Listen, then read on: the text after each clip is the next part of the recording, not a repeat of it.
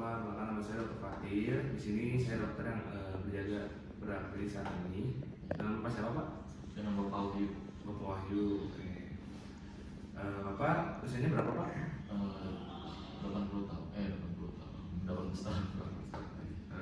Alamatnya berapa tinggalnya? Di Bandung. Baik Bapak sudah tahu di sini akan melakukan pemeriksaan apa? Melakukan pemeriksaan fisik. Jadi di sini saya akan melakukan pemeriksaan fisik pada alergi yang Bapak keluhkan Bapak miliki.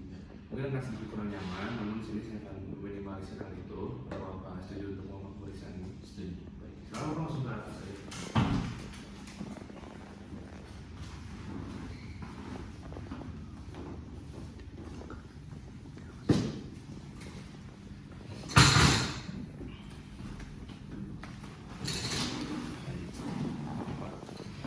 Baik, pada pemeriksaan hal yang pertama diperiksa ini adalah dari penampilan dan juga dari gaya bicara pasien. Setelah tadi berbicara dengan pasien, apakah penampakannya itu atau penampilan ini normal atau tidak, seperti dari cara berpakaian, dari cara bicara, dari intonasinya, interaktif, dari kenyamanan pasien, dari kontak mata dengan saya atau dengan dokter, dan juga apakah ada menangis atau tidak dari pasiennya.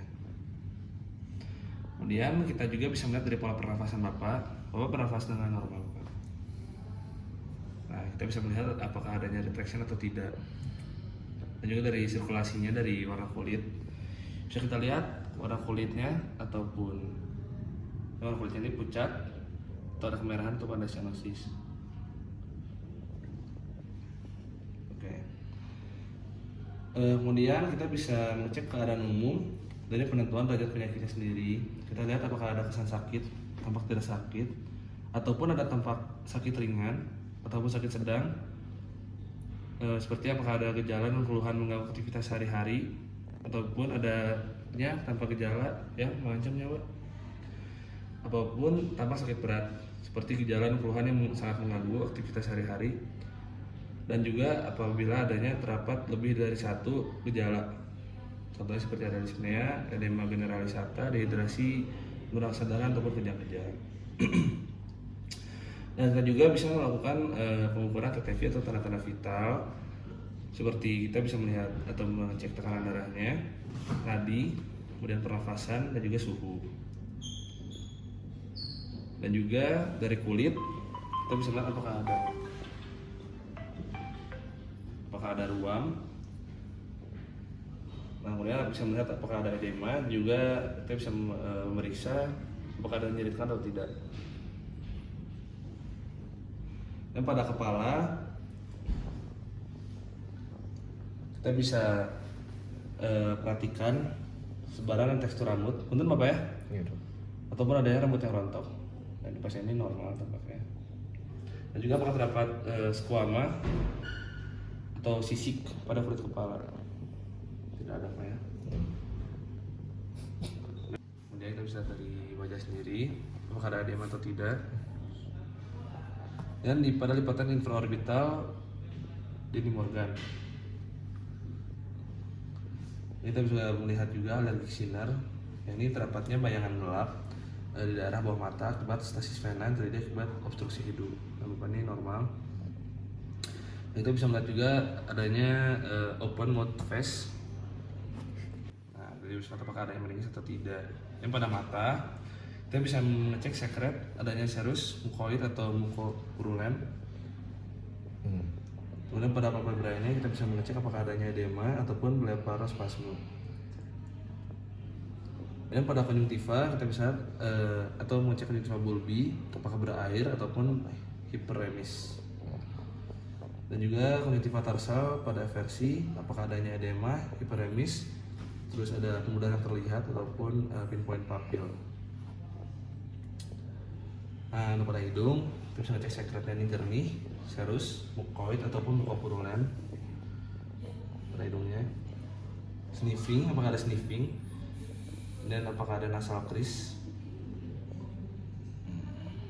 dan apakah naras anterior ini membesar atau tidak. Kemudian kita bisa melihat atau mengecek apakah adanya pernafasan cuping hidung. Dan juga kita bisa mengecek konka, warna ungu ataupun keabuan menggunakan nasal speculum. Nah, kemudian pada mulut ini kita memakai tong spatel pada bibir apakah ada edema, dan warnanya ini apakah cyanosis ataupun ada yang kemerahan atau tidak. Ini pada bibirnya. Kemudian kita juga bisa mengecek apakah adanya high arched palate atau palatum yang meninggi, dan juga kita bisa melihat lidah, geographic tongue. Oke. Nah, kemudian pada lehernya sendiri, di sini ada retraksi suprasternal atau tidak, dan juga ada retraksi supraclavicular atau tidak. Oke. Inspeksi toraks, kita bisa melihat atau menginspeksi, dan juga kita menilai bentuk dan pergerakannya ini apa simetris atau asimetris, dan juga apakah adanya barrel chest atau tidak, dan juga retraksi interkostal dan subkostal juga ada atau tidak. Apabila sudah, kita bisa mengecek elang atau paru-paru yakni dengan auskultasi dengan menggunakan stetoskop untuk mengecek ada suara nafas dari vesikular dan apakah adanya abnormal suara paru-paru yang abnormal, seperti apakah ada wheezing atau stridor. Kita bisa menggunakan stetoskop. Nah, untuk jantung sendiri kita mau cek suara jantung. Suaranya ini apakah regular atau irregular? Kita menggunakan stetoskop. Nah, kemudian pada abdomen sendiri kita bisa menginspeksi dan auskultasi menggunakan stetoskop. Apakah adanya suara bowel sound atau tidak, atau bising atau tidaknya suara dari usus atau dari abdomen sendiri. Nah, anogenital kita bisa mengecek apakah adanya edema, hiperemis, erosi ataupun ekskoriasi. Dan terakhir ini adalah ekstremitis, di mana kita bisa periksa anggota gerak pada palmar dan juga plantar. Ya, ini apakah ada dingin ataupun tidak. Kita juga bisa menggunakan atau memeriksa CRT atau capillary refill time.